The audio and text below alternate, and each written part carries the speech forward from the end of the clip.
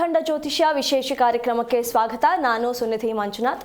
ಇವತ್ತಿನ ಕಾರ್ಯಕ್ರಮದಲ್ಲಿ ಜಾತಕದಲ್ಲಿ ನಕ್ಷತ್ರ ಮತ್ತು ಲಗ್ನದ ಅನುಸಾರ ಸಮಸ್ಯೆಗಳು ಬರುತ್ತಾ ಅನ್ನೋದನ್ನು ತಿಳಿತಾ ಹೋಗೋಣ. ಹಾಗೆ ದುಃಖ, ಶೋಕ, ವ್ಯಾಧಿಗಳನ್ನು ತಿಳಿಯೋದು ಹೇಗೆ, ಈ ದೋಷಗಳನ್ನು ನಿವಾರಣೆ ಮಾಡಿಕೊಳ್ಳೋದಕ್ಕೆ ಯಾವ ದೇವರನ್ನ ಪೂಜಿಸಬೇಕು ಅನ್ನೋದನ್ನು ಇವತ್ತಿನ ಕಾರ್ಯಕ್ರಮದಲ್ಲಿ ಮಾತಾಡ್ತಾ ಹೋಗೋಣ.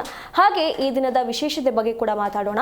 ಇದೆಲ್ಲದರ ಬಗ್ಗೆ ತಿಳಿಸ್ಕೊಳ್ಳೋದಕ್ಕೆ ಇವತ್ತು ನಮ್ಮ ಜೊತೆ ಇದ್ದಾರೆ ಡಾಕ್ಟರ್ YSK ಆಚಾರ್ಯ ಗುರುಗಳು, ಖ್ಯಾತ ಜ್ಯೋತಿಷ್ಯರು ಮತ್ತು ಕಾಮಾಖ್ಯ ಪ್ರತ್ಯಂಗಿರ ಉಪಾಸಕರು. ಅವರನ್ನ ಕಾರ್ಯಕ್ರಮಕ್ಕೆ ಸ್ವಾಗತಿಸೋಣ. ಸ್ವಾಗತ ಗುರುಗಳೇ. ನಮಸ್ಕಾರಪ್ಪ. ಸಮಸ್ತ ವೀಕ್ಷಕರಿಗೂ, ದೇಶದ ಬೆನ್ನೆಲುಬಾದ ಪ್ರತಿಯೊಬ್ಬ ರೈತರಿಗೂ, ದೇಶವನ್ನು ಕಾಯ್ತಾ ಇರತಕ್ಕಂಥ ಎಲ್ಲ ಸೇವಾನಿರತರಾಗಿರ್ತಕ್ಕಂಥ ಸೈನಿಕರಿಗೂ, ತಮ್ಮದೇ ಆದಂಥ ಕೊಡುಗೆಯನ್ನು ಕೊಡ್ತಾ ಇರತಕ್ಕಂಥ ಎಲ್ಲ ಚಾಲಕ ಸಾರಥಿಗಳಿಗೂ ನನ್ನ ಆರಾಧ್ಯ ಮಾತೆಯಾದ ಮಾ ಕಾಮಾಖ್ಯ ಪ್ರತ್ಯಂಗಿರಾ ದೇವಿ ಸಂಪೂರ್ಣವಾಗಿರ್ತಕ್ಕಂಥ ಅನುಗ್ರಹವನ್ನು ದಯಪಾಲಿಸುತ್ತಾ ನಿಮ್ಮೆಲ್ಲರ ಬದುಕು ಕೂಡ ಸನ್ಮಂಗಳದಾಯಕವಾಗಿ, ಆನಂದದಾಯಕವಾಗಿ, ಸಂತೋಷದಾಯಕವಾಗಿ ಆ ಜಗದಂಬೆ ಅನುಗ್ರಹಿಸಲಿ ಅಂತೇಳಿ ಅವಳಲ್ಲಿ ಅನನ್ಯವಾಗಿ ಪ್ರಾರ್ಥಿಸಿ, ಅವಳ ಅಡಿದಾವರಗಳಿಗೆ ವಂದಿಸಿ, ಇವತ್ತಿನ ದಿನವನ್ನು ನೋಡಿದಾಗ ವಿಶೇಷವಾಗಿ ಇನ್ನೇನು ಜ್ಯೇಷ್ಠ ಮಾಸದ ಅಮಾವಾಸ್ಯೆ, ಈ ಜ್ಯೇಷ್ಠ ಅಮಾವಾಸ್ಯೆ ಅಂತಕ್ಕಂಥದ್ದು ಬಹಳ ಮುಖ್ಯವಾಗಿ ಇವತ್ತಿನ ದಿವಸ ಮಣ್ಣೆತ್ತಿನ ಅಮಾವಾಸ್ಯೆ ಅಂತ ಕರಿತೀವಿ. ಏನಪ್ಪ ಅಂದರೆ ಈ ಪ್ರಕೃತಿ ಎಲ್ಲವೂ ಕೂಡ ಕೊನೆ ಒಂದು ಕಾಲಕ್ಕೆ ನಶ್ವರ ಆಗ್ತಕ್ಕಂಥದ್ದಾಗುತ್ತೆ. ಅಂದರೆ ಈ ಪ್ರಕೃತಿಯ ಸಂಬಂಧದಲ್ಲಿ ಏನೆಲ್ಲ ಇದೆಯೋ ಅದೆಲ್ಲವೂ ಕೂಡ ಒಂದಲ್ಲ ಒಂದು ಕಾಲಕ್ಕೆ ನಶ್ವರ ಆಗ್ತಕ್ಕಂಥದ್ದಾಗಿರುತ್ತೆ. ಇವತ್ತು ಪುನರ್ವಸು ನಕ್ಷತ್ರ ಇರತಕ್ಕಂಥದ್ದು, ಅಮಾವಾಸ್ಯೆ, ವಿಶೇಷವಾಗಿ ಮಂಗಳವಾರ ಇರತಕ್ಕಂಥದ್ದು. ಏನಪ್ಪ ಅಂದರೆ ಮಂಗಳವಾರ ವಿಶೇಷವಾಗಿ ಈ ಒಂದು ಪುನರ್ವಸು ನಕ್ಷತ್ರಯುಕ್ತವಾಗಿ ಬಂದಾಗ, ಪುನರ್ವಸು ನಕ್ಷತ್ರಕ್ಕೆ ಬಹಳ ಮುಖ್ಯವಾಗಿ ಇವತ್ತಿನ ಮಂಗಳವಾರ ಮತ್ತು ಗುರು ಮತ್ತು ಈ ಒಂದು ಕುಜರ ಸಂಯೋಜನೆ ಬಂದಾಗ ಮಾನಸಿಕವಾದಂಥ ಸದೃಢತೆ ನಿಮಗೆ ಹೆಚ್ಚಿರ್ತಕ್ಕಂಥದ್ದಾಗುತ್ತೆ. ಏನಾದರೂ ಕೆಲಸ ಮಾಡುವ ಅಂತಕ್ಕಂಥ ಮನಸ್ಥಿತಿ ನಿಮ್ಮನ್ನು ಸದೃಢತೆಯಿಂದ ಕಾಪಾಡ್ತಕ್ಕಂಥದ್ದಾಗುತ್ತೆ. ಹಾಗಾಗಿ ಇವತ್ತಿನ ವಿಶೇಷವಾಗಿ ಈ ಸುಸಂದರ್ಭದಲ್ಲಿ ಏನನ್ನು ನೀವು ಮಾಡೋದರಿಂದ ಅಮಾವಾಸ್ಯೆ ದಿವಸ ಮನೆಯಲ್ಲಿ ಸುಖ, ಶಾಂತಿ, ನೆಮ್ಮದಿ, ಸಮೃದ್ಧಿ ಕಾಣುತ್ತೆ ಅಂತಕ್ಕಂಥದ್ದು. ಏನಂದರೆ ದೇವರು ನಮ್ಮನ್ನು ಯಾವುದೇ ಒಂದು ಕರ್ಮವನ್ನು ಮಾಡಬೇಕಾದರೂ ಕೂಡ ಅದರದೇ ಆದಂಥ ಒಂದು ಮಹತ್ವವನ್ನು ಮುಂಚೆ ನಮ್ಮ ಪೂರ್ವಜರಿಂದ ಮುಂಚಿತವಾಗಿ ತಿಳ್ಕೊಂಡಿರ್ತಕ್ಕಂಥ ಒಂದು ಅಭ್ಯಾಸ ಅಥವಾ ಹವ್ಯಾಸ ಇರ್ತಕ್ಕಂಥದ್ದಾಗುತ್ತೆ. ಹಾಗಿದ್ದಾಗ ಏನು ಮಾಡಬೇಕು? ಇವತ್ತು ನೀವೇನು ಮಾಡಬೇಡಿ. ಮನೆಯಲ್ಲಿ ಅಮಾವಾಸ್ಯೆ ಅಂದ ತಕ್ಷಣ ಸ್ವಲ್ಪ ಎಲ್ಲರಿಗೂ ಕೂಡ ಏನೋ ಭಯ, ಭ್ರಾಂತಿ, ಮನಸ್ಸಿನಲ್ಲಿ ಏನಾದರೂ ಆಗುತ್ತೆ ಅಂತಕ್ಕಂಥ ಭ್ರಾಂತಿ ಇರ್ತಕ್ಕಂಥದ್ದಾಗಿರುತ್ತೆ. ಮೊದಲನೇದಾಗಿ ಇವತ್ತು ಮನೆಯನ್ನೆಲ್ಲ ಶುದ್ಧಿಗೊಳಿಸಿ, ಮನೆಗೆಲ್ಲ ಸ್ವಲ್ಪ ಅರಿಶಿಣ ಮತ್ತು ಗೋಮೂತ್ರವನ್ನು ನೀವು ಮನೆಯಲ್ಲಿ ಎಲ್ಲಾದರೂ ತಂದಿಟ್ಕೊಂಡ್ರೆ ಗಂದಿಗೆ ಅಂಗಡಿಯಲ್ಲಿ ಸಿಗುತ್ತೆ. ನೀವು ಆ ಗೋಮೂತ್ರ ಮತ್ತು ಅರಿಶಿಣವನ್ನು ಮಿಶ್ರಣ ಮಾಡಿ ಮನೆಯಲ್ಲೆಲ್ಲ ಪ್ರೋಕ್ಷಣೆ ಮಾಡಿ, ಬಿಳಿ ಸಾಸಿವೆಯನ್ನು ನಿಮಗೆ ಗೊತ್ತಿರತಕ್ಕಂಥ ಮಂತ್ರ ಅಥವಾ ಓಂ ನಮಃ ಶಿವಾಯ ಅಂತಕ್ಕಂಥ ಮಂತ್ರವನ್ನು 11 ಬಾರಿ ಹೇಳಿಕೊಂಡು ನಿಮ್ಮ ಮನೆಯಲ್ಲೆಲ್ಲ ಅದನ್ನು ನೀವೆಲ್ಲ ಸಿಂಪಡಿಸಿ. ಯಾವುದನ್ನು ಬಿಳಿ ಸಾಸಿವೆ ಎಲ್ಲ ಗಂದಿಗೆ ಅಂಗಡಿಯಲ್ಲಿ ಸಿಗುತ್ತೆ, ಮನೆಯಲ್ಲಿ ತೊಗೊಂಡಿರಿ. ಆಮೇಲೆ ನಿಮಗೆ ನೀವೇ ಉಪ್ಪು ಮತ್ತು ಬಿಳಿ ಸಾಸಿವೆ ಮತ್ತು ಕರಿಮೆಣಸು, ಉಪ್ಪು, ಬಿಳಿ ಸಾಸಿವೆ, ಕರಿಮೆಣಸನ್ನು ಇಡೀ ತುಂಬ ಕೈಯಲ್ಲಿ ಇಟ್ಕೊಂಡು ಮೇಲಿಂದ ಕೆಳಗೆ ತನಕ 21 ಬಾರಿ ಇಳಿ ತೆಗೆದು ಯಾವುದಾದ್ರೂ ಹಸಿರು ಗಿಡದ ಬುಡಕ್ಕೆ ಹಾಕಿ. ಈ 3 ಪ್ರಯೋಗ ಮಾಡೋದ್ರಿಂದ ನಿಮ್ಮ ಮೇಲಿರಬಹುದಾಗಿರ್ತಕ್ಕಂಥ, ಮನೆಯಲ್ಲಿರ್ತಕ್ಕಂಥ ಮತ್ತು ನಿಮ್ಮ ಮನಸ್ಸಿನ ಆಂತರಿಕವಾಗಿರ್ತಕ್ಕಂಥ ಶೋಕಾದಿಗಳು, ಖಿನ್ನತೆ ಕೂಡ ಪರಿಹಾರ ಆಗ್ತಕ್ಕಂಥದ್ದಾಗಿರುತ್ತೆ. ಸಾಧ್ಯವಾದರೆ ಇವತ್ತಿನ ದಿವಸ ಎಲ್ಲರೂ ಕೂಡ ಪಚ್ಚಕರ್ಪೂರ ಮಿಶ್ರಣ ಮಾಡಿ ಅರಿಶಿಣ ಅಥವಾ ಗಂಜಲ ಈ 3ರ ಸಂಯೋಜನೆ ಮಾಡಿಕೊಂಡು ಸ್ನಾನವನ್ನು ಮಾಡ್ತಕ್ಕಂಥ ಒಂದು ವ್ಯವಸ್ಥೆಯನ್ನು ಮಾಡಿಕೊಳ್ಳಿ. ಜೊತೆಗೆ ಇವತ್ತಿನ ದಿವಸ ಪಂಚಭೂತಾಧಿಪನಾಗಿರ್ತಕ್ಕಂಥ ಸಾಂಬಶಿವನ ಆರಾಧನೆ ಮಾಡೋದ್ರಿಂದ ನಿಮ್ಮ ಬದುಕು ಸನ್ಮಂಗಳದಾಯಕವಾಗ್ತಕ್ಕಂಥದ್ದಾಗುತ್ತೆ. ಹೇಗೆ ಅಂದರೆ ದೇವರನ್ನು ಅಶ್ರದ್ಧೆಯಿಂದ, ಅಪನಂಬಿಕೆಯಿಂದ ಪೂಜೆ ಮಾಡ್ತಕ್ಕಂಥ ಅಭ್ಯಾಸವನ್ನು ಯಾರೂ ಕೂಡ ಮಾಡಿಕೊಳ್ಬೇಡಿ. ಶ್ರದ್ಧೆ, ಭಕ್ತಿಯಿಂದ ಮಾಡಿ. ಶ್ರದ್ಧೆ, ಭಕ್ತಿ ಇವೆರಡು ಕೂಡ ನಮ್ಮ 2 ಕಣ್ಣು ಇದ್ದಾಗೆ ದೇವರಿಗೆ. ಹಾಗಾಗಿ ಈ ಶ್ರದ್ಧೆ ಮತ್ತು ಭಕ್ತಿ, ನಂಬಿಕೆ ಅಂತಕ್ಕಂಥದ್ದು ಉಸಿರು. ಈ ಶ್ರದ್ಧೆ ಭಕ್ತಿಗಳ ನಂಬಿಕೆಯುಕ್ತವಾಗಿ ನೀವು ಮಾಡ್ತಕ್ಕಂಥ ಪ್ರತಿಯೊಂದು ಕೆಲಸವೂ ಕೂಡ ನಿಮಗೆ ಅಭ್ಯುದಯವನ್ನು ತಂದುಕೊಡ್ತಕ್ಕಂಥದ್ದಾಗುತ್ತೆ. ಹಾಗಿದ್ದಾಗ ನೀವೇನು ಮಾಡಬೇಕಪ್ಪ ಅಂದರೆ ಇವತ್ತಿನ ದಿವಸ ಪಂಚಭೂತ ಸ್ವರೂಪನಾಗಿರ್ತಕ್ಕಂಥ ಸದ್ಯೋಜಾತ, ವಾಮದೇವ, ತತ್ಪುರುಷ, ಅಘೋರ ಮತ್ತು ಈಶಾನ ಅಂತಕ್ಕಂಥ ಸಾಂಬಶಿವನ 5 ಮುಖಗಳನ್ನು ಇರ್ತಕ್ಕಂಥದ್ದು. ಹಾಗಾಗಿ ಅವನಿಗೆ ಪಂಚಪುರುಷಾಧಿಪ ಅಂತೇಳಿ ಕರಿತೀವಿ. ಹಾಗಾಗಿ ಭೂತಾಧಿಪ ಅಂತ ಕರಿತೀವಿ. ಆ ಭೂತಾಧಿಪನಾಗಿರ್ತಕ್ಕಂಥ ಅಘೋರೇಭ್ಯೋ ತಘೋರೇಭ್ಯೋ ಘೋರಘೋರತರೇಭ್ಯಃ ಸರ್ವೇಭ್ಯೋ ನಮಸ್ತೆಸ್ತು ರುದ್ರರೂಪೇಭ್ಯಃ. ಎಲ್ಲವನ್ನು ರುದ್ರ ಅಂದರೆ ಯಾವುದನ್ನು ಕೂಡ ಅವನು ಕ್ಷಯಿಸದೆ ನಿತ್ಯ ನಿರಂತರವಾಗಿ ನಿಮ್ಮನ್ನು ರಕ್ಷಿಸುವಂಥವನು. ಎಷ್ಟೇ ಕಡುಕಷ್ಟಾದಿಗಳು ಬಂದರೂ ಕೂಡ, ಪ್ರಕೃತಿ ವಿಕೋಪಾದಿಗಳು ಬಂದರೂ ಕೂಡ, ಎಷ್ಟೇ ಸೈನ್ಯ ನಿಮ್ಮ ಮೇಲೆ ದಾಳಿ ಮಾಡಿದ್ರು ಕೂಡ, ಅದು ಸಾಲಬಾಧೆ ಇರ್ಬೋದು, ವಿಶೇಷವಾಗಿ ಋಣ, ರೋಗ, ದಾರಿದ್ರ್ಯಾದಿಗಳು ನಿಮ್ಮನ್ನು ಕಾಡ್ತಾ ಇರ್ತಕ್ಕಂಥ ಸಂದರ್ಭದಲ್ಲೂ ಕೂಡ ಸಾಂಬಶಿವನ ಆರಾಧನೆ ಅತ್ಯಂತ ಶುಭಪ್ರದವಾಗಿರ್ತಕ್ಕಂಥದ್ದಾಗಿರುತ್ತೆ. ಹಾಗಾಗಿ ಇವತ್ತಿನ ದಿವಸ ಮನೆಯಲ್ಲಿ ಮಣ್ಣಿನ ದೀಪ ಇದ್ದರೆ ಅತ್ಯಂತ ಶ್ರೇಷ್ಠಪ್ರದವಾಗಿರ್ತಕ್ಕಂಥದ್ದು. ಮಣ್ಣಿನ ದೀಪ ಇಲ್ಲ ಅಂದರೆ ಪರವಾಗಿಲ್ಲ, ಯಾವ ದೀಪ ಆದರೂ ಪರವಾಗಿಲ್ಲ. ಹಿತ್ತಾಳೆ, ಕಂಚಿನ ದೀಪಾದಿಗಳು ಕೂಡ ನೀವು ಹೊಡ್ಬೋದು. ಸಣ್ಣದನ್ನು ಅಥವಾ ಆಕಾಶದ ದೀಪ ಆಗಿರ್ಬೋದು, ಮಣ್ಣಿನ ದೀಪ ಯಾವುದಾದ್ರೂ ದೀಪ ಆದರೂ ಕೂಡ ಪರವಾಗಿಲ್ಲ. 5 ಮುಖವಾಗಿ ಏನಪ್ಪ ಅಂದರೆ ಮನೆಯಲ್ಲಿ ಸುತ್ತು ಆಕಾರದಲ್ಲಿ ದೀಪವನ್ನು ಇಟ್ಟು ಹಚ್ಚಬೇಕು. ಅದಾಗದೇ ಇದ್ದಾಗ ದೇವರ ಮನೆಯಲ್ಲೇ ಒಂದು ತಟ್ಟೆಯಲ್ಲಿಡಿ. ತಟ್ಟೆಯಲ್ಲಿ ಎಲ್ಲ ದೀಪಗಳು ಕೂಡ ಮುಖವಾಗಿ ನೋಡ್ಕೊಳ್ತಕ್ಕಂಥ, ಅಂದರೆ ನಾವು ಇವಾಗ ಉತ್ತರಕ್ಕೆ ಮುಖ ಮಾಡಿ ದೀಪ ಹಚ್ಚೋದು, ಪೂರ್ವಕ್ಕೆ ಮುಖ ಮಾಡಿ ದೀಪ ಹಚ್ಚೋದು ಹೀಗಲ್ಲ. ಎಲ್ಲವೂ ಕೂಡ ದೀಪಗಳೆಲ್ಲವೂ ಕೂಡ ಒಂದೇ ಆಕಾರದಲ್ಲಿ ಬರಬೇಕು. ಅಂದರೆ ಹೀಗೆ ಆ ಮುಮ್ಮಾಗ ಅಂತಕ್ಕಂಥದ್ದು ಒಂದನ್ನೊಂದು ನೋಡುವ ಹಾಗೆ. ಈಗ ಫಾರ್ ಎಕ್ಸಾಂಪಲ್ ಏನಪ್ಪ ಅಂದರೆ ಪೂರ್ವದ ಪಶ್ಚಿಮ, ಉತ್ತರ ದಕ್ಷಿಣ, ಮಧ್ಯದಲ್ಲಿ ಒಂದು ಆಕಾಶ ದೀಪ ಅಂತಕ್ಕಂಥದ್ದು ಕರಿತೀವಿ. ಈ ಚತುರ್ಮುಖ ಅಂದರೆ 4 ದಿಕ್ಕುಗಳಿಗೆ 4 ದೀಪಗಳು, ಮತ್ತು ಆಕಾಶ ಪೃಥ್ವಿ ತತ್ವವನ್ನು, ಆಕಾಶ ತತ್ವವನ್ನು ಸೂಚನೆ ಮಾಡ್ತಕ್ಕಂಥ ಆಕಾಶ ತತ್ವದ ದೀಪವನ್ನು ಒಂದು ತಟ್ಟೆಯಲ್ಲಿ ಇಟ್ಟು ಅನನ್ಯವಾಗಿ ಇವತ್ತಿನ ದಿವಸ ಮನೆಯಲ್ಲಿ ಎಷ್ಟು ಸಾಧ್ಯವಾಗುತ್ತೋ ಅಷ್ಟು ಸುದೀರ್ಘವಾಗಿ ದೀಪವನ್ನು ಹುರಿಯುವ ಹಾಗೆ ಮಾಡಿ. ಅಂದರೆ ಫಾರ್ ಎಕ್ಸಾಂಪಲ್ ಏನಪ್ಪ ಅಂದರೆ ದೀಪದಲ್ಲಿ ಸಾಕಷ್ಟು ವಿಚಾರಗಳು ನಮಗೆ ಇರ್ತಕ್ಕಂಥದ್ದಾಗಿರುತ್ತೆ. ಅದರಲ್ಲೂ ಕೂಡ ಶ್ರೇಯಸ್ಸು ಸಿಗ್ತಕ್ಕಂಥದ್ದು, ಮನಸ್ಸಿನ ಖಿನ್ನತೆಯನ್ನು ದೂರ ಮಾಡ್ತಕ್ಕಂಥದ್ದು, ಹೀಗೆ ಹಲವಾರು ರೀತಿಯಲ್ಲೂ ಕೂಡ ಶಾಸ್ತ್ರಬದ್ಧವಾಗಿರ್ತಕ್ಕಂಥದ್ದು ಮತ್ತು ಅನುಭವದಲ್ಲಿರ್ತಕ್ಕಂಥದ್ದಾಗಿರುತ್ತೆ.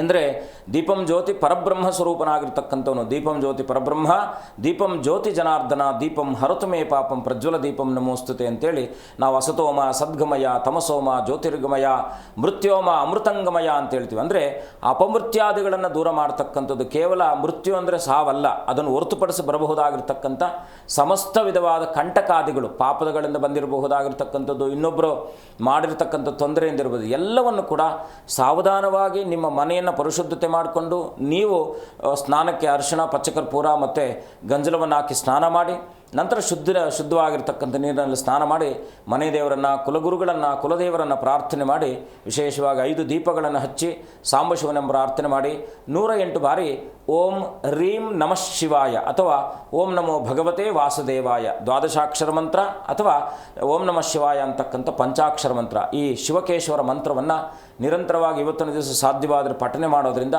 ಮನೆಯಲ್ಲಿ ಶಾಂತತೆ ಸಿಗುತ್ತೆ, ಸಮೃದ್ಧತೆಯಾಗುತ್ತೆ, ಮತ್ತು ಮನೆಯಲ್ಲಿರ್ತಕ್ಕಂಥ ಬಾಂಧವ್ಯವು ಕೂಡ ವೃದ್ಧಿ ಆಗ್ತಕ್ಕಂಥದ್ದಾಗಿರುತ್ತೆ. ಹಾಗಾಗಿ ಅನುಭವದ ಮಾತು, ಶುಭವಾಗಲಿ ಮಾಡಿ. ಇಂದುಮತಿ ಅಂತ ಹೇಳಿ ಒಬ್ರು ಕಾಲರ್ ಇದ್ದಾರೆ. ಇಂದುಮತಿ ಅವರೇ, ಯಾರ ಬಗ್ಗೆ ಕೇಳಬೇಕಾಗಿತ್ತು? ನನ್ನ ಬಗ್ಗೆನೇ ಕೇಳಬೇಕಾಗಿತ್ತಮ್ಮ. ಸರಿ, 1 ರಿಂದ 30 ಒಂದು ಸಂಖ್ಯೆನ ಆಯ್ಕೆ ಮಾಡಿ. 1 ರಿಂದ 30 ಹೌದು. 9. ಗುರುಗಳಿದ್ದಾರೆ, ಮಾತನಾಡಿ. ಅಮ್ಮ ನಮಸ್ಕಾರ ತಾಯಿ, ಹೇಗಿದ್ದೀರಾ? ಮಗ ಚೆನ್ನಾಗಿದ್ದೀನಿ ಮಗ. ಅಮ್ಮ ತಾಯಿ ಹೇಳಿ, ಏನು ನಿಮ್ಮ ಪ್ರಶ್ನೆ ಏನಿದೆ? ತಾಯಿ ಒಳ್ಳೇದು ಮಾಡಲಿ. ಏನಮ್ಮ ಪ್ರಶ್ನೆ ನಿಮ್ಮದು? ಪ್ರಶ್ನೆ ಏನಿಲ್ಲ, ಒಂಥರ ಏನೋ ಮನ್ಸಿಗೆ ಒಂಥರ ಯಾಕೋ ಆರೋಗ್ಯ ಸರಿ ಇಲ್ಲ. ಆರೋಗ್ಯ ಸರಿ ಇಲ್ಲ ಅಂದ್ರೆ ಅಂತ ದೊಡ್ಡ ಕಾಯಿಲೆ ಏನಂತ ಅಲ್ಲ, ಯಾಕೋ ಕನಸುಗಳು ಏನೇನೋ ಒಂಥರ ವಿಚಿತ್ರ ಬೀಳತ್ತೆ. ಅದಕ್ಕೆ ಇವತ್ತು ಈಗ ಟಿವಿ ಹಾಕೊಂಡು ನೋಡ್ತಾ ಇದ್ನ, ಹಂಗಾಗಿ ತಾಯಿ ಎಲ್ಲಿಂದ ಮಾತನಾಡ್ತಾ ಇದ್ದೀರಾ? ತಕ್ಷಣ ಸಿಕ್ತಪ್ಪ. ಅಮ್ಮ ಎಲ್ಲಿಂದ ಮಾತನಾಡ್ತಾ ಇದ್ದೀರಾ? ನಾವು ಶಿವಮೊಗ್ಗ ಜಿಲ್ಲೆ ಸಾಗರ ತಾಲೂಕು ಹಾವಿನಹಳ್ಳಿ. ತಾಯಿ ಒಳ್ಳೇದು ಮಾಡಲಿ, ಚಿಂತೆ ಮಾಡುವ ಅಗತ್ಯ ಇಲ್ಲ. ಏನಂದರೆ ಕೆಲವು ಸಂದರ್ಭಗಳಲ್ಲಿ ಇವತ್ತಿನ ಈ ಒಂದು ಕಾಲಮಾನ ಏನಪ್ಪ ಅಂದರೆ ವಿಪರೀತವಾದಂಥ ಗಾಳಿ ಇರುತ್ತೆ, ಆಷಾಢ ಗಾಳಿ ಆ್ಯಕ್ಚುಲಿ ಅಲ್ವಾ. ಈ ಸಂದರ್ಭದಲ್ಲಿ ಸ್ವಲ್ಪ ಬಾಹ್ಯ ಪ್ರಪಂಚದಲ್ಲಿ ಇರ್ತಕ್ಕಂಥ, ಯಾಕೆಂದರೆ ಆತ್ಮಗಳು ಅಂತ ನಾವು ಕರಿತೀವಿ, ಅದು ಸಹಜವಾಗಿ ಈ ಒಂದು ಸಮಯದಲ್ಲಿ ಅದು ಪ್ರತಿಯೊಬ್ಬರಿಗೂ ಕೂಡ, ಯಾಕೆಂದರೆ ಅದು ಸುಸ್ಥಿರವಾಗಿ ಇಲ್ಲದೆ ಇರತಕ್ಕಂಥ ಗಾಳಿ ವಿಪರೀತ ಆದಾಗ ಅದು ಸ್ವಲ್ಪ ತಲ್ಲಣಗೊಳ್ತಕ್ಕಂಥದ್ದಾಗುತ್ತೆ. ಹಾಗಾಗಿ ಈ ಆಷಾಢ ಗಾಳಿ ಅಂದ್ರೇ ಸ್ವಲ್ಪ ಈ ರೀತಿಯಾದಂಥ ಒಂದು ಅನುಭವಗಳು ಬರ್ತಕ್ಕಂಥದ್ದಾಗಿರುತ್ತೆ. ಆದರೂ ಚಿಂತೆ ಮಾಡುವ ಅಗತ್ಯ ಇಲ್ಲ. ಒಂದು ಕೆಲಸ ಮಾಡಿ, ನಿಮ್ಮ ಪ್ರಾಂತ್ಯದಲ್ಲೆಲ್ಲಾದರೂ ಕೂಡ ಬಿಳಿ ಸಾಸಿವೆ ಸಿಕ್ಕಿದ್ರೆ ಬಿಳಿ ಸಾಸಿವೆ ತೊಗೊಂಡು ಬಂದು ಈಶ್ವರನನ್ನು 21 ಬಾರಿ ಪ್ರಾರ್ಥನೆ ಮಾಡಿ ನಿಮ್ಮ ಮನೆಯಲ್ಲೆಲ್ಲ ಹಾಕಿ, ಆ ನಂತರ ಗೋಮಯ ಇರುತ್ತೆ, ಅಂದರೆ ಸಗಣಿಯ ಬೆರಣಿಗಳು ಬರುತ್ತಲ್ವಾ, ಸಗಣಿಯ ಬೆರಣಿಯ ಮೇಲೆ ಸ್ವಲ್ಪ ಏನಂದರೆ ನೀವು ಮನೆಯಲ್ಲಿ ಭರಣಿ ಮಾಡಿಕೊಂಡು ಭರಣಿಯ ಮೇಲೆ ಚೆನ್ನಾಗಿ ಬೆಂಕಿಯನ್ನು, ಅದನ್ನು ಪರಿಶುದ್ಧವಾಗಿ ಬೆಂಕಿ ಬರೋ ಥರ ಅದನ್ನು ಮಾಡಿಕೊಂಡು ಸಾಂಬ್ರಾಣಿಯನ್ನು ಅಥವಾ ಧೂಪ ಸಿಗುತ್ತೆ, ಅಂಗಡಿಗಳಲ್ಲಿ ಸಿಗುತ್ತೆ, ಗಂಧಿಗೆ ಅಂಗಡಿಯಲ್ಲಿ ಧೂಪ ಸಿಗುತ್ತೆ, ಅಂದರೆ ನಮ್ಮ ಡಬ್ಬಿ ರೀತಿಯಲ್ಲಿ ಇರ್ತಕ್ಕಂಥ ಧೂಪ ಸಿಗುತ್ತೆ, ಅದು ಮನೆಯಲ್ಲೆಲ್ಲ ಕೂಡ ಧೂಪ ಹಾಕಿ. ಮೊದಲನೇದಾಗಿ ಅರಿಶಿಣದ ನೀರು ಅಥವಾ ಗಂಜಲ ಮನೆಯಲ್ಲಿ ಪ್ರೋಕ್ಷಣೆ ಮಾಡಿ. ಇನ್ನೊಂದು ಏನಪ್ಪ ಅಂದರೆ ನಿಮ್ಮ ಹಾಸಿಗೆಯ ಮೇಲಿರ್ತಕ್ಕಂಥ ಎಲ್ಲ ಏನಂದರೆ ಈಗ ಹಾಸ್ಕೊಂಡಿರ್ತಕ್ಕಂಥ ಬಟ್ಟೆನೆಲ್ಲ ಚೇಂಜ್ ಮಾಡಿ. ನಂತರ ಎರಡನೇದಾಗಿ ಏನಪ್ಪ ಅಂದರೆ ಇನ್ನೊಂದು ಮುಖವಾಗಿ ಮಲ್ಕೊಳ್ತಕ್ಕಂಥ ಒಂದು ವ್ಯವಸ್ಥೆಯನ್ನು ಮಾಡ್ಕೊಳ್ಳಿ. ಈಗ ನೀವೇನು ಮಲಗ್ತಿದ್ರೋ ತಲೆ ಹಾಕ್ಕೊಂಡು ಇವಾಗ ನೀವು ಪೂರ್ವಕ್ಕೆ ಮಲಗ್ತಾ ಇದ್ದರೆ ದಕ್ಷಿಣಕ್ಕೆ ತಲೆ ಇಡಿ, ಅಥವಾ ದಕ್ಷಿಣಕ್ಕೆ ಮಲಗ್ತಾ ಇದ್ದರೆ ಪೂರ್ವಕ್ಕೆ ತಲೆ ಇಡಿ. ಇದನ್ನು ಬದಲಾಯಿಸ್ಕೊಳ್ಳಿ. ಮತ್ತು ಎರಡನೇದಾಗಿ ಏನಪ್ಪ ಅಂದರೆ, ಕನಿಷ್ಠ 2-2.5 kg ಅಷ್ಟು ಉಪ್ಪನ್ನು ತಗೊಳ್ಳಿ. ಉಪ್ಪನ್ನು ತಗೊಂಡು ಅದು ಎಷ್ಟು ಸಾರಿ ಆಗುತ್ತೋ ಅಷ್ಟು ಬಾರಿನೂ ಕೂಡ ಇಳಿ ತೆಗೆದುಬಿಟ್ಟು ನೀವು ಬಕೆಟಲ್ಲಿ ಹಾಕ್ಕೊಳ್ಳಿ. ಪೂರ್ಣವಾಗಿ ಸ್ನಾನ ಮಾಡಿ. ಆ ನಂತರದಲ್ಲಿ ಅಂದರೆ ಪರಿಶುದ್ಧವಾಗಿರ್ತಕ್ಕಂಥ ನೀರನ್ನು, ಉಪ್ಪನ್ನು ಹೊರತುಪಡಿಸಿ ಸ್ನಾನ ಮಾಡಿ. ಖಂಡಿತ ಒಳ್ಳೆಯದಾಗುತ್ತೆ. ಶುಭ ಆಗಲಿ ತಾಯಿ. ಧನ್ಯವಾದಗಳು ಕರೆ ಮಾಡಿದ್ದಕ್ಕೆ. ಹಾಗೆ ಲಕ್ಷ್ಮೀಪತಿ ಶೆಟ್ಟಿ ಅಂತ ಹೇಳಿ ಒಬ್ರು ಕಾಲರ್ ಇದ್ದಾರೆ. ನನ್ನ ಧ್ವನಿ ಕೇಳಿಸ್ತಿದ್ಯಾ? ಧ್ವನಿ ಕೇಳಿಸ್ತದ್ರಿ ಮೇಡಮ್. ಯಾರ ಬಗ್ಗೆ ಕೇಳಬೇಕಾಗಿತ್ತು? ನಮ್ಮ ಮಧ್ಯೆ ರೀ, ಮತ್ತೆ ಮನೆದು ಒಂದು ಇದಿತ್ತಲ್ರಿ, ಮಗನಿಗೆ ಒಂದ್ ಸ್ವಲ್ಪ ಮದುವೆ ಆಗಿಲ್ರಿ, ಚಿರಂಜೀವಿಗೆ ಮದುವೆ ಆಗಿಲ್ರಿ, ಮದುವೆ ಬಗ್ಗೆ ಒಂದ್ ಸ್ವಲ್ಪ ಕೇಳ್ಬೇಕಂತ ಮಾಡಿದ್ರಿ. ಸರಿ 1ರಿಂದ 30 ಒಂದು ಸಂಖ್ಯೆನ ಆಯ್ಕೆ ಮಾಡಿ. 21 ರೀ. ಗುರುಗಳಿದ್ದಾರೆ, ಮಾತನಾಡಿ. ನಮಸ್ಕಾರ, ಹೇಗಿದ್ದೀರಾ? ನಮಸ್ಕಾರ ರೀ, ಆರಾಮಿದ್ದೀರಿ? ತಾಯಿ ಒಳ್ಳೇದು ಮಾಡಲಿ. ಏನು ನಿಮ್ಮ ಪ್ರಶ್ನೆ ಇದೆ? ಮಗನಿಗೆ ಒಂದು ಮದುವೆ ಆಗಿಲ್ರಿ, ಒಂದ್ ಸ್ವಲ್ಪ ಕಂಕಣ ಬಗ್ಗೆ ಕಲಿಬೇಕಾಗಿತ್ರಿ. ಏನು ಹೆಸರಿಟ್ಟಿದ್ದೀರಾ? ಎಷ್ಟು ಏಜ್? ಈಗ ವಯಸ್ಸೆಷ್ಟು? ಚಿರಂಜೀವಿ ಅಂತ ಇಟ್ಟಿವ್ರಿ. ಎಷ್ಟು ವಯಸ್ಸು?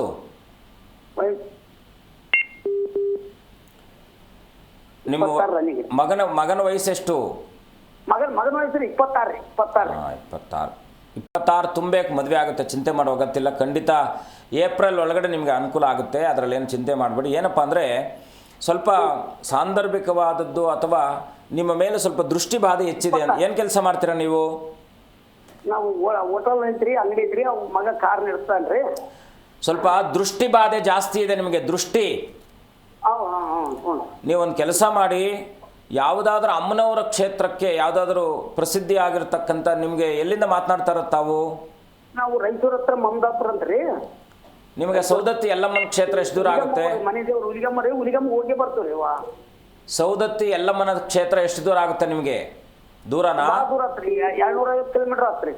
ಆದರೂ ನೀವು ಅಲ್ಲಿಗೆ ಹೋಗಿ ಬಂದರೆ ನಿಮ್ಗೆ ಸ್ವಲ್ಪ ಪರಿಹಾರ ಸಿಗುತ್ತೆ ಅಂತಕ್ಕಂಥದ್ದು ತೋರಿಸ್ತಾ ಇದೆ. ಅಮ್ಮನವರಲ್ಲಿ ಹೋಗಿ ಸ್ವಲ್ಪ ಅನನ್ಯವಾಗಿ, ನಿಮ್ಗೆ ಎಲ್ಲಾದರೂ ಹತ್ತಿರದಲ್ಲಿರ್ತಕ್ಕಂಥ ಶಕ್ತಿ ದೇವತೆ, ನಿಮಗೆ ಕೊಲ್ಲಾಪುರ ದೂರನಾ? ದೂರ ಆಗ್ತಾರೆ, 400 ಕಿಲೋಮೀಟರ್. ಹಾಗಿದ್ದಾಗ ಇದೇ ಬೆಸ್ಟ್ ಅಲ್ವಾ? ಯಾವಾಗಾದರೂ ನೀವು ಆ ಒಂದು ರೇಣುಕಾ ಯಲ್ಲಮ್ಮನ ಸನ್ನಿಧಾನಕ್ಕೆ ಹೋಗಿ ಅನನ್ಯವಾಗಿ ಪ್ರಾರ್ಥನೆ ಮಾಡ್ಕೊಂಡು ಬನ್ನಿ. ನಿಮ್ಮ ಮಗನಿಗೆ ಎಲ್ಲಾದರೂ ಅಮ್ಮನವರ ಸನ್ನಿಧಾನದಲ್ಲಿ ಕಂಕಣ ಧಾರಣೆಯನ್ನು ಮಾಡಿ. ಕೈಗೆ ಮದುವೆ ಕಂಕಣ ಅಂತಕ್ಕಂಥದ್ದು ಕಟ್ತಾರೆ. ಅಥವಾ ನೀವೇ ಒಂದು ಕಂಕಣ ತೊಗೊಂಡೋಗಿ, ಅರಿಶಿಣ ದಾರ ತೊಗೊಂಡೋಗಿ ಅಮ್ಮನವ್ರ ಹತ್ರ ಮುಟ್ಟಿಸಿ, ಅಮ್ಮ ನನ್ನ ಮಗನಿಗೆ ಕಲ್ಯಾಣ ಶೀಘ್ರವಾಗಿ ನೆರವೇರಿಸ್ಕೊಡಮ್ಮ ಅಂತೇಳಿ ನೀವು ಅದನ್ನು ಅನನ್ಯವಾಗಿ ನಿಮ್ಮ ಮಗನ ಕೈಗೆ ಕಟ್ಟಿ 48 ದಿನಗಳ ಕಾಲ ಪ್ರತಿನಿತ್ಯವೂ ಕೂಡ ಸ್ವಲ್ಪ ಅರಿಶಿಣ ಹಾಕಿ ಸ್ನಾನ ಮಾಡೋಕ್ಕೆ ಕೇಳಿ ನಿಮ್ಮ ಮಗನಿಗೆ, ಆಯಿತಾ? ಆಮೇಲೆ ನಂತರದಲ್ಲಿ ಏನಂದರೆ, ಯಾವುದಾದ್ರೂ ಲಕ್ಷ್ಮೀನಾರಾಯಣರ ಸನ್ನಿಧಾನಕ್ಕೆ ನಿಮ್ಮ ಕುಟುಂಬದವರ ಸಮೇತವಾಗಿ ಒಂದು ಅಭಿಷೇಕನೋ, ಪೂಜೆನೋ, ವಸ್ತ್ರನೋ, ನಿಮಗೆ ಏನು ಶಕ್ತಿ ಇದೆಯೋ ಅದನ್ನು ಅರ್ಪಣೆ ಮಾಡಿ. ಇಷ್ಟು ಮಾಡಿ, ಖಂಡಿತ ಒಳ್ಳೆಯದಾಗುತ್ತೆ. ಧನ್ಯವಾದಗಳು ಕರೆ ಮಾಡಿದ್ದಕ್ಕೆ. ಗುರುಗಳೇ, ಇವತ್ತಿನ ವಿಷಯದ ಬಗ್ಗೆ ಮಾತಾಡೋದಾದರೆ, ಈಗ ಜಾತಕದಲ್ಲಿ ನಕ್ಷತ್ರ ಮತ್ತು ಲಗ್ನದ ಅನುಸಾರ ಸಮಸ್ಯೆಗಳು ಬರುತ್ತಾ? ನಮಃ ಸೂರ್ಯಾಯ ಚಂದ್ರಾಯ ಮಂಗಳಾಯ ಬುಧಾಯ ಚ ಗುರು ಶುಕ್ರ ಶನಿಭ್ಯಶ್ಚ ರಾಹವೇ ಕೇತುವೇ ನಮಃ. ಆದಿತ್ಯಾದಿನವಗ್ರಹ ದೇವತಾಭ್ಯೋ ನಮಃ. ನಮಃ ಸೂರ್ಯಾಯ ಶೀತರುಚಯೇ ಧರಣೀಸುತಾಯ ಸೌಮ್ಯಾಯ ದೇವಗುರುವೇ ಭೃಗನಂದನಾಯ ಸೂರ್ಯಾತ್ಮಜಾಯ ಭುಜಗಾಯ ಚ ಕೇತುವೇ ಚ ನಿತ್ಯಂ ನಮೋ ಭಗವತೆ ಗುರುವೇ ವರಾಯ ಆದಿತ್ಯಾದಿನವಗ್ರಹ ದೇವತಾಯೈ ನಮಃ. ಖಂಡಿತ ನಕ್ಷತ್ರ, ಲಗ್ನ, ರಾಶಿ ಈ 3 ವಿಭೇದಗಳಿರ್ತಕ್ಕಂಥದ್ದಾಗುತ್ತೆ. ನಕ್ಷತ್ರ, ಈಗ ನಾವು ಉದಾಹರಣೆ ಮಾಡಿದಾಗ ಮೇಷರಾಶಿಯಲ್ಲಿ ಅಶ್ವಿನಿ, ಭರಣಿ, ಕೃತ್ತಿಕಾ ಪಾದಂ ಅಂದರೆ ಅಶ್ವಿನಿ ನಕ್ಷತ್ರ, ಭರಣಿ ನಕ್ಷತ್ರದ 4 ಪಾದಗಳು, ಕೃತಿಕಾ ನಕ್ಷತ್ರದ 1 ಪಾದ ಬರತಕ್ಕಂಥದ್ದಾಗುತ್ತೆ. ಈ ಅಶ್ವಿನಿ ನಕ್ಷತ್ರಕ್ಕೆ ಕೇತು ಅಧಿಪತಿ ಆದರೆ, ಕೃತಿಕಾ ನಕ್ಷತ್ರಕ್ಕೆ ರವಿ ಅಧಿಪತಿ ಆಗ್ತಾನೆ, ಭರಣಿ ನಕ್ಷತ್ರಕ್ಕೆ ಮುಖ್ಯವಾಗಿ ಶುಕ್ರನ ಅಧಿಪತಿ ಆಗ್ತಾನೆ. ಒಂದೇ ಲಗ್ನ, ಮೇಷಲಗ್ನ. ಮೇಷಲಗ್ನದಲ್ಲಿ ಯಾರ್ಯಾರು ಬರ್ತಾರೆ? ಕೇತು, ಕುಜ, ಅದು ಕೇತು, ಶುಕ್ರ ಮತ್ತು ರವಿ ಬರ್ತಾರೆ. ಈಗ ಈ ಅಶ್ವಿನಿ ನಕ್ಷತ್ರ ಅಂದರೆ ಫಾರ್ ಎಕ್ಸಾಂಪಲ್ಲು ಕೇತು ಅಧಿಪತಿ ಆಗ್ತಾನೆ. ಬೇಡ, ನಾವು ಕೃತಿಕಾ ನಕ್ಷತ್ರವನ್ನು ತಗೊಂಡಾಗ ಪಂಚಮಾಧಿಪತಿಯಾದಂಥ ರವಿ ಅವನಿಗೆ ಬರ್ತಾನೆ. ಅಂದರೆ ಈ ಅಶ್ವಿನಿ ನಕ್ಷತ್ರದವರು ಸಂಪೂರ್ಣವಾಗಿ ಹಿಂದಿನ ಜನ್ಮದಲ್ಲಿ ತಮ್ಮ ಕರ್ಮಾದಿಗಳನ್ನು ಸಂಪೂರ್ಣ ಮಾಡಿಕೊಂಡು ಹೊಸ ಜನ್ಮವನ್ನು, ಪುನರ್ಜನ್ಮವನ್ನು ಪಡ್ಕೊಂಡಿರ್ತಕ್ಕಂಥವ್ರು ಆಗ್ತಾರೆ. ಅಶ್ವಿನಿಯಿಂದ ಪ್ರಾರಂಭ ಆಗ್ತಕ್ಕಂಥದ್ದು. ಅದಕ್ಕೆ ನಾವು ಅಶ್ವಿನಿ ನಕ್ಷತ್ರಕ್ಕೆ ಅಶ್ವಿನಿ ದೇವತೆಗಳು ಅಂತ ಕರಿತೀವಿ. ಅಂದರೆ ಸರ್ವತಾ ನಿರಂತರವಾಗಿ ಅವರು ಚೇತನವನ್ನು ಅಂದರೆ ಲವಲವಿಕೆಯಿಂದ ಇರತಕ್ಕಂಥದ್ದು, ಎಷ್ಟೇ ಆಯಾಸಭರಿತರಾದರೂ ಕೂಡ ಲವಲವಿಕೆಯಿಂದ ಇರತಕ್ಕಂಥವ್ರು ಆಗ್ತಾರೆ. ಅದೇ ನೀವು ಭರಣಿ ನಕ್ಷತ್ರ ಬಂತು ಅಂತ ಇಟ್ಕೊಳ್ಳಿ, ಮೇಷರಾಶಿಯಲ್ಲಿ, ಮೇಷ ಲಗ್ನದಲ್ಲಿ ಭರಣಿ ನಕ್ಷತ್ರಕ್ಕೆ ಬಂದಾಗ ವ್ಯಾಮೋಹ ಹೆಚ್ಚಿರುತ್ತೆ, ಮತ್ತು ಏನನ್ನು ಬೇಕಾದರೂ ನಾನು ಸಾಧಿಸ್ತೀನಿ ಅಂತಕ್ಕಂಥದ್ದು ಇರುತ್ತೆ, ಅಹಂಕಾರನೂ ಅಷ್ಟೇ ಇರುತ್ತೆ ಭರಣಿ ನಕ್ಷತ್ರಕ್ಕೆ ತಗೊಂಡಾಗ. ಇನ್ನು ಕೃತಿಕಾ ನಕ್ಷತ್ರ ಬಂತು ಅಂತ ಇಟ್ಕೊಳ್ಳಿ, ಕೃತಿಕಾ ಅಂದರೆ ಫಾರ್ ಎಕ್ಸಾಂಪಲ್ ಲೀಡ್ರ್ ಕ್ವಾಲಿಟಿ ಇರತಕ್ಕಂಥದ್ದಾಗಿರುತ್ತೆ, ಸ್ವಲ್ಪ ಕಣ್ಣಿನ ಸಮಸ್ಯೆ ಬರ್ತಕ್ಕಂಥದ್ದು ಭರಣಿ ನಕ್ಷತ್ರದವ್ರಿಗೆ ಬರುತ್ತೆ. ಎಸ್ಪೆಷಲಿ ಮೇಷರಾಶಿಯವರಿಗೆ ಸ್ವಲ್ಪ ಬೇಗ ಕಣ್ಣಿನ ಸಮಸ್ಯೆ ಬರ್ತಕ್ಕಂಥದ್ದಾಗುತ್ತೆ. ಎರಡನೇದಾಗಿ ಏನಪ್ಪ ಅಂದರೆ ಚಿಕ್ಕ ಮಕ್ಕಳೆಲ್ಲ ಚಶ್ಮಾ ಹಾಕ್ಕೊಳ್ತಾರೆ. ಕಾರಣ ಏನಪ್ಪ ಅಂದರೆ ಅಲ್ಲಿ ಮೇಷಲಗ್ನದವ್ರಿಗೆ ಸ್ವಲ್ಪ ಹೆಚ್ಚಿನ ರೀತಿಯಲ್ಲಿ ಸಮಸ್ಯೆ ಇರ್ತಕ್ಕಂಥದ್ದು, ಆಮೇಲೆ ಮಾತನಾಡೋಣ. ಈ ಕೃತಿಕಾ ನಕ್ಷತ್ರ ಬಂತು ಅಂತ ಇಟ್ಕೊಳ್ಳಿ, ವಿಪರೀತವಾಗಿರ್ತಕ್ಕಂಥ ಹಂಬುತನ, ನಾನು ಹೇಗೆಂದರೆ ಅವ್ರದ್ದು ಅಷ್ಟೇ ಒಳ್ಳೆಯ ಗುಣಗಳು ಇರುತ್ತೆ, ಇದ್ದರೂ ಕೂಡ ಮಿಸ್ ಮಾಡ್ಕೊಳ್ತಕ್ಕಂಥದ್ದಾಗುತ್ತೆ. ಅವರೇ ಮಿಸ್ ಮಾಡ್ಕೊಳ್ತಾರೆ, ಅಯ್ಯೋ ಮಾಡಿದ್ರೆ ಆಯ್ತು ಬಿಡು, ಏನು ನೋಡ್ಕೊಳ್ಳೋಣ, ಬಂದಾಗ ನೋಡೋಣ ಅಂತಕ್ಕಂಥ ಮನಸ್ತತ್ವ ಇದೆ. ಮೊದಲನೇದಾಗಿ ಅಶ್ವಿನಿ ನಕ್ಷತ್ರ, ಎರಡನೇದಾಗಿ ಭರಣಿ ನಕ್ಷತ್ರ, ಮೂರನೇದಾಗಿ ಕೃತಿಕಾ ನಕ್ಷತ್ರ. ಕೃತಿಕಾ ನಕ್ಷತ್ರದ 3 ಪಾದಗಳು ಮತ್ತೆ ವೃಷಭ ರಾಶಿಗೆ ಹೊರಟೋಗುತ್ತೆ. ಇದು ಏನಂದರೆ ಈ ಅಶ್ವಿನಿ ನಕ್ಷತ್ರಕ್ಕೆ ಸಂಬಂಧಪಟ್ಟ ಹಾಗೆ ಈ 3 ಗ್ರಹಗಳಾಯಿತು. ಒಟ್ಟಾರೆಯಾಗಿ ನೀವು ಆ ರಾಶಿಯನ್ನು ನೋಡಿದಾಗ ಎಲ್ಲರನ್ನು ಸೇರಿಸಿರ್ತಕ್ಕಂಥವನು ಯಾರು? ಕುಜನು. ಮೇಷಲಗ್ನಕ್ಕೆ ಕುಜನ ಅಧಿಪತಿ ಆಗ್ತಾನೆ. ಈ ಕುಜನ ಅಧಿಪತಿ ಆದರೆ ಉಪಾಧಿಪತಿಗಳು ಅಂತ ನಾವು ಉಪನಾಯಕರಂತ ಏನು ಕರಿತೀವೋ ಅಲ್ಲಿ ಯಾರು ಬರ್ತಾರೆ? ಕೇತು ಬರ್ತಾನೆ, ಶುಕ್ರ ಬರ್ತಾನೆ, ರವಿ ಬರ್ತಾನೆ. ಇಲ್ಲಿ ಶುಕ್ರ ಮತ್ತು ಕೇತುವಿನ ಸಂಯೋಜನೆ ಬಂತು ಅಂದರೆ ಸ್ವಲ್ಪ ಈ ಜಾತಕದಲ್ಲಿ ಮೇಷಲಗ್ನದವರೆಗೆ ನಾನು ಹೇಳ್ತಾ ಇರ್ತಕ್ಕಂಥದ್ದು, ಇವರೇನು ಮಾಡ್ತಾರೆ, ವಿಪರೀತವಾಗಿರ್ತಕ್ಕಂಥ ನಾವು ಇವಾಗ ಹೈಪರ್ ಆಕ್ಟಿವ್ ಅಂತ ಏನು ಕರಿತೀವೋ ಹೈಪರ್ ಆಗಿಬಿಡ್ತಾರೆ. ಅಂಥ ಸಂದರ್ಭದಲ್ಲಿ ಅದೇ ಕೃತಿಕಾ ನಕ್ಷತ್ರಕ್ಕೆ ನೀವೇನಾದರೂ ಭರಣಿ ನಕ್ಷತ್ರ ಏನಾದರೂ ಸಂಯೋಜನೆ ಬಂತು ಅಥವಾ ಕುಜನ ಏನಾದರೂ ಸಂಯೋಜನೆ ಬಂತು ಅಂತಾದಾಗ ವಿಪರೀತವಾಗಿರ್ತಕ್ಕಂಥ ಅಪೇಕ್ಷೆಗಳು ಹೆಚ್ಚಿರ್ತಕ್ಕಂಥದ್ದಾಗುತ್ತೆ. ಈ ಅಪೇಕ್ಷೆಗಳಿಂದ ಅನಾಹುತವೂ ಆಗುತ್ತೆ, ಅದರಿಂದ ಶುಭವೂ ಆಗುತ್ತೆ, ಅಶುಭವೂ ಆಗುತ್ತೆ. ಮಾಡಬೇಕಾದ ಸರಿಯಾದ ಸಮಯಕ್ಕೆ ಸರಿಯಾದ ನಿರ್ಧಾರಗಳನ್ನು ಮಾಡದೇ ಇದ್ದಾಗ ಮುಂದಿನ ಅವನ ಬದುಕಿನಲ್ಲಿ ಏನಾದರೂ ಸಮಸ್ಯೆಗಳು ಬರಬಹುದಾಗಿರ್ತಕ್ಕಂಥದ್ದಾಗಿರುತ್ತೆ. ಹಾಗಿದ್ದಾಗ ಭಗವಂತ ನಮ್ಮನ್ನು ಈ ಲಗ್ನದಲ್ಲಿ ಹುಟ್ಟಲಿಕ್ಕೆ ವ್ಯವಸ್ಥೆಯನ್ನು ಮಾಡಿಕೊಟ್ಟಿದ್ದಾಗ ಆ ಲಗ್ನದ ಫಲಗಳು ನಮಗಿರ್ತಕ್ಕಂಥದ್ದಾಗುತ್ತೆ. ಈಗ ಮೇಷರಾಶಿನ ನೀವು ತಗೊಂಡಾಗ ಮೇಷ ಲಗ್ನಕ್ಕೆ ಲಗ್ನಾತ್ 6, 8 ಮತ್ತು 12ನೇ ಭಾವಗಳಲ್ಲಿ ಬಹಳ ಮುಖ್ಯವಾಗಿ ಈಗ 12ನೇ ಮನೆಗೆ ಏನಾದರೂ ಕೂಡ 12ನೇ ಮನೆ ಯಾವುದಾಗುತ್ತೆ ಮೇಷ ಲಗ್ನಕ್ಕೆ? ಮೀನರಾಶಿ 12ನೇ ಮನೆ ಆಗುತ್ತೆ.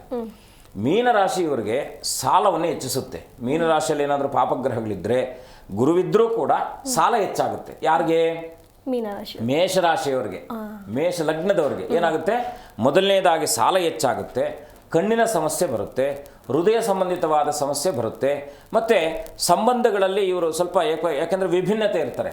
ಅಂದರೆ ಅಂದರೆ ಅವ್ರಿಗೆ ಎಲ್ಲಿ ತನಕ ಕೆಲಸ ಆಗಬೇಕೋ ಅಲ್ಲಿ ತನಕ ಮಾತ್ರ ಅವರನ್ನು ಬಳಕೆ ಮಾಡ್ಕೊಳ್ತಕ್ಕಂಥ ಮನಸ್ತತ್ವ ಇರ್ತಕ್ಕಂಥದ್ದಾಗುತ್ತೆ. ಹೀಗೆ ಒಬ್ಬ ಮನುಷ್ಯನನ್ನು ಅವನಿಗೆ ಅಪೇಕ್ಷಿಸುವಂತಹ ಮತ್ತು ನಿರುತ್ಸಾಹವನ್ನು ಪಡೆಯುವಂಥ 2 ರೂಪವಾದಂಥ ಮನಸ್ಥಿತಿಗಳು ಇರ್ತಕ್ಕಂಥದ್ದಾಗುತ್ತೆ. ಮನುಷ್ಯ ಸಾತ್ವಿಕವಾಗಿಯೂ ಇರ್ತಾನೆ, ತಾಮಸಿಕವಾಗಿಯೂ ಇರ್ತಾನೆ, ಮತ್ತು ರಾಜಸಿಕವಾಗಿಯೂ ಇರ್ತಾನೆ. ಕೋಪವೂ ಬರುತ್ತೆ, ಶಾಂತವಾಗಿರ್ತಾನೆ, ಸಂತೋಷವನ್ನು ಪಡಿತಾನೆ. ಹೀಗೆ ಮನುಷ್ಯನ ಬಹಳ ಮುಖ್ಯವಾಗಿ ಈಗ 6ನೇ ಮನೆಗೆ ಸಂಬಂಧಪಟ್ಟ ಹಾಗೆ ಮೇಷರಾಶಿಗೆ 6ನೇ ಮನೆ ಯಾವುದಾಗುತ್ತೆ? ಮೇಷ, ವೃಷಭ, ಮಿಥುನ, ಕಟಕ, ಸಿಂಹ, ಕನ್ಯಾ ರಾಶಿ 6ನೇ ರಾಶಿ ಆಗುತ್ತೆ. ಈ 6ನೇ ರಾಶಿಗೆ ಅಧಿಪತಿ ಆಗಿರ್ತಕ್ಕಂಥವನು ಯಾರು? ಬುಧನಾಗ್ತಾನೆ. ಈ 6ನೇ ಲಗ್ನ ಅಂತಕ್ಕಂಥದ್ದು ಫಾರ್ ಎಕ್ಸಾಂಪಲ್ ಮೇಷರಾಶಿಯವರಿಗೆ 6ನೇ ಲಗ್ನ ರೋಗ ಮತ್ತು ಸಾಲ, ಶತ್ರು ಮತ್ತು ಜೀವನದ ವಿಧಾನವನ್ನು ಮತ್ತು ಏನು ಕೆಲಸವನ್ನು ಮಾಡ್ತಾರೆ ಅಂತಕ್ಕಂಥದ್ದು ಸೂಚನೆ ಮಾಡುತ್ತೆ. ಫಾರ್ ಎಕ್ಸಾಂಪಲ್ 6ನೇ ಅಧಿಪತಿ 6ನೇ ಮನೆಯಲ್ಲಿ ಇದ್ದ ಅಂತ ಇಟ್ಕೊಳ್ಳಿ. ಇವ್ರಿಗೆ ಯಾಕೆಂದರೆ ಮೇಷಲಗ್ನಕ್ಕೆ 3 ಮತ್ತು 6ನೇ ಅಧಿಪತಿ ಬುಧನಾಗ್ತಾನೆ. 3 ಅಂತಕ್ಕಂಥದ್ದು ಸಂಯೋಜನೆ, ಮಿತ್ರರು, ಬಂಧುಗಳು, ಅಣ್ಣ ತಮ್ಮಂದಿರು, ಸಹೋದ್ಯೋಗಿಗಳು, ಇದೆಲ್ಲ ಕೂಡ ಸಂಯೋಜನೆ ಆಗ್ತಕ್ಕಂಥ ಕ್ಷೇತ್ರ. ಇಲ್ಲೇನಾದರೂ ಈ ಮೇಷಲಗ್ನಕ್ಕೆ ಬುಧನು ಮತ್ತು ಕುಜ ಬುದ್ಧರಿಬ್ಬರು ಕೂಡ ಮಿತ್ರರಲ್ಲ, ಅವರು ಮತ್ತು ಟೀಮ್ ಬೇರೆ ಕೆಲಸ ಮಾಡ್ತಾರೆ. ಅನಿವಾರ್ಯತೆ ಇದ್ದಾಗ ಈಗ ಫಾರ್ ಎಕ್ಸಾಂಪಲ್ ಏನಪ್ಪ ಅಂದರೆ ನಮ್ದು IPL ಮ್ಯಾಚ್ ಮಾಡಿದ್ರು ಅಂತ ಇಟ್ಕೊಳ್ಳಿ. ಅವರು ಎಲ್ಲ ದೇಶಗಳವರು ಬಂದು ಆ ಒಂದೊಂದು ಟೀಮನ್ನು ಸೇರ್ಕೊಂಡು ಕೆಲಸ ಮಾಡ್ತಾರೆ. ಬಟ್ ಇವ್ರು ಯಾರು ಕೂಡ ಆ ಟೀಮಿಗೆ ಸಂಬಂಧಪಟ್ಟಿರ್ತಕ್ಕಂಥವ್ರಲ್ಲ, ಅಂದ್ರೆ ದೇಶಕ್ಕೆ ಸಂಬಂಧಪಟ್ಟಿರ್ತಕ್ಕಂಥವ್ರಲ್ಲ, ದೇಶದ ಟೀಮನ ಜೊತೆ ಇಲ್ಲದೆ ಇರ್ತಕ್ಕಂಥವ್ರು ಬೇರೆ ಅಂದ್ರೆ ಅನಿವಾರ್ಯವಾಗಿ ನಾವು ಅವರನ್ನು ಒಡಗೂಡಿಸ್ತಕ್ಕಂಥ ಒಂದು ವ್ಯವಸ್ಥೆನ ಮಾಡ್ತಕ್ಕಂಥ. ಹಾಗೆ ಜಾತಕದಲ್ಲೂ ಕೂಡ 2 ಡಿವೈಡ್ ಭಾಗಗಳಿರುತ್ತೆ. ಒಂದು ಗುರುಪಾಲಿತ ಗ್ರಹಗಳು, ಒಂದು ಶನಿಪಾಲಿತ ಗ್ರಹಗಳು ಅಂತ. ಇಲ್ಲಿ ವೃಷಭ ರಾಶಿ ಅಥವಾ ವೃಷಭ ಲಗ್ನಕ್ಕೆ ತಗೊಂಡಾಗ 6ನೇ ಮನೆ, ಫಾರ್ ಎಕ್ಸಾಂಪಲ್ ಇವಾಗ ವೃಷಭ ಮಿಥುನ ಕಟಕ ಸಿಂಹ ಕನ್ಯಾ ತುಲ ಅವನೇ ಅದ ವೃಷಭಾಧಿಪತಿ ಯಾರಾಗಿರ್ತಾನೋ ಶುಕ್ರನ ಅವನೇ ಅಧಿಪತಿಯ ಯಾವುದಾಯ್ತೋ 6ನೇ ಅಧಿಪತಿಯ ಅವನೇ ಆಗ್ತಾನೆ. ಆವಾಗ ಏನಾಗುತ್ತೆ, ಇವರು ಬ್ಯಾಲೆನ್ಸಿಂಗ್ ಲೈಫ್ ಚೆನ್ನಾಗಿರುತ್ತೆ, ಮತ್ತೆ ಬೇಗ ಮೋಸ ಹೋಗ್ತಾರೆ ಇವರು. ಇದೇನೆಂದ್ರೆ ಮನುಷ್ಯನ ವ್ಯಕ್ತಿತ್ವವನ್ನು ಕೂಡ ಗ್ರಹದಿಂದ ತಿಳ್ಕೊಳ್ಬೋದು, ಏನು ಕೆಲಸ ಮಾಡೋದ್ರಿಂದ ಅವನಿಗೆ ಅನುಕೂಲ ಆಗುತ್ತೆ ಅನ್ನೋದನ್ನು ಕೂಡ ಗ್ರಹಸ್ಥಿತಿಯಿಂದ ತಿಳ್ಕೊಳ್ಬೋದು. ದೈವಾಧೀನಂ ಜಗತ್ಸರ್ವಂ ಗ್ರಹಾಧೀನಂತೂ ಮಾನವ. ನಮ್ಮ ಬದುಕು ಯಾರ ಮೇಲೆ ಅವಲಂಬಿತವಾಗಿರುತ್ತಪ್ಪ ಅಂದರೆ ನಿತ್ಯ ಬದುಕು ಏನೇನೋ ಶಾಸ್ತ್ರಗಳಿದ್ದಾವೆ, ಅದು ಬೇರೆ ವಿಚಾರ. ಶ್ವಾಸಗತ ಶಾಸ್ತ್ರ ಅಂತಿದೆ. ಬೆಳಗ್ಗೆ ಎದ್ದಾಗ ನಮಗೆ ಸೂರ್ಯಚಂದ್ರ ನಾಡಿ ಅಂತ ನಾಡಿ ಶೋಧನೆ ಅಂತ ಇರುತ್ತೆ. ಯಾಕಂದರೆ ಪ್ರಾಣಾಯಾಮ ಮಾಡಬೇಕಾದ್ರೆ ನಾಡಿ ಶೋಧನೆ ಇಲ್ಲದೆ ಪ್ರಾಣಾಯಾಮ ಆಗೋದೇ ಇಲ್ಲ. ಪ್ರಾಣಾಯಾಮ ಅಂದರೆ ಪ್ರಾಣಕ್ಕೆ ಆಯಾಮವನ್ನು ಕೊಡ್ತಕ್ಕಂಥದ್ದು ಅಂತೆ. ಅಂದರೆ ನಾವು ಬೆಳಗ್ಗೆ ಎದ್ದಾಗ ಶ್ವಾಸಗತಿಯನ್ನು ನಾವು ನೋಡಿದಾಗ ಇವತ್ತಿನ ಬದುಕು ಹೇಗಿರುತ್ತೆ, ಚಂದ್ರನಾಡಿಯಲ್ಲಿದೆಯಾ ಸೂರ್ಯನಾಡಿಯಲ್ಲಿದೆಯಾ ಅಂತಕ್ಕಂಥದ್ದು ಶ್ವಾಸದ ಮೇಲೆ ನಮ್ಮ ಅವತ್ತಿನ ದಿನದ ದಿನಚರಿಯನ್ನು ತಿಳಿಯಬಹುದಾಗಿರ್ತಕ್ಕಂಥ ಒಂದು ಸೂಕ್ಷ್ಮ ವಿಚಾರವು ಕೂಡ ಜ್ಯೋತಿಷ್ಯದಲ್ಲಿ ಇರ್ತಕ್ಕಂಥದ್ದಾಗುತ್ತೆ. ಹಾಗೆ ಮಿಥುನ ಲಗ್ನ ಬಂತು ಅಂತ ಇಟ್ಕೊಳ್ಳೋಣ. ಈಗ ವೃಷಭ ಲಗ್ನ ನಾವು ಹೇಳಿದ್ವಿ. ವೃಷಭ ಲಗ್ನಕ್ಕೆ ಯಾವೆಲ್ಲ ಸಮಸ್ಯೆಗಳು ಬರುತ್ತಪ್ಪ ಅಂದರೆ ಲಗ್ನಾತ್ ಇದ್ದಾಗ ಗಂಟಲು ನೋವು ಬರುತ್ತೆ, ಥೈರಾಯ್ಡ್ ಸಮಸ್ಯೆ ಬರುತ್ತೆ, ಮೂತ್ರಪಿಂಡ ಕೋಶದ ಸಮಸ್ಯೆ ಬರ್ತಕ್ಕಂಥದ್ದು, ಮತ್ತು ಹಲ್ಲು ನೋವು ಬರ್ತಕ್ಕಂಥದ್ದು, ಬೇಗ ಇವರು ಸಾಲ ಮಾಡಿಬಿಟ್ರೆ ಬೇಗ ತೀರ್ಸೋಕ್ಕಾಗಲ್ಲ, ಈ ರೀತಿಯಾದಂಥ ಸಮಸ್ಯೆಗಳು ಬರ್ತಕ್ಕಂಥದ್ದಾಗುತ್ತೆ. ಇನ್ನು ಮಿಥುನ ಲಗ್ನಕ್ಕೆ ತಗೊಂಡಾಗ ಮಿಥುನ ಲಗ್ನಕ್ಕೆ ಬುಧ ಅಧಿಪತಿ ಆಗ್ತಾನೆ, ನರಗಳಿಗೆ ಸಂಬಂಧಪಟ್ಟಿರ್ತಕ್ಕಂಥ ತೊಂದರೆ ಬರ್ತಕ್ಕಂಥದ್ದು, ಶ್ವಾಸಕೋಶಕ್ಕೆ ಸಂಬಂಧಪಟ್ಟಿರ್ತಕ್ಕಂಥದ್ದು, ಚರ್ಮರೋಗಾದಿಗಳು ಬರ್ತಕ್ಕಂಥದ್ದು, ಮತ್ತು ಮಿಥುನ ರಾಶಿಯವರು ಒಂದ್ಸಲ ಬೇಗ ಅವ್ರ ಮಾನಸಿಕ ಖಿನ್ನತೆಗೊಳಗಾಗ್ಬಿಡ್ತಾರೆ. ಏನಾದರೂ ಒಂದು ವಿಷಯ ಅವ್ರ ಮನಸ್ಸಿನಲ್ಲಿ ಹೋಗ್ಬಿಟ್ರೆ ಅದನ್ನೇ ಆಲೋಚನಾ ವಿಧಾನವನ್ನು ಬದಲಾಯಿಸ್ಕೊಂಡ್ಬಿಡ್ತಾರಪ್ಪ, ಏನೋ ಆಗೋಯ್ತಲ್ಲ. ಈಗ ಫಾರ್ ಎಕ್ಸಾಂಪಲ್ ಎಲ್ಲೋ ಕೆಲಸ ಮಾಡ್ತಾ ಇರ್ತಕ್ಕಂಥವ್ರು ಆಗ್ತಾರೆ, ಏನೋ ಸಮಯಾಚಿತವಾಗಿ ಏನಾದರೂ ಸಮಸ್ಯೆ ಬಂದರೆ ಅದನ್ನು ಇಷ್ಟು ಆಲೋಚನೆ ಮಾಡ್ತಕ್ಕಂಥ ಮನಸ್ತತ್ವವನ್ನು ಬೆಳೆಸ್ಕೊಳ್ತಾರೆ.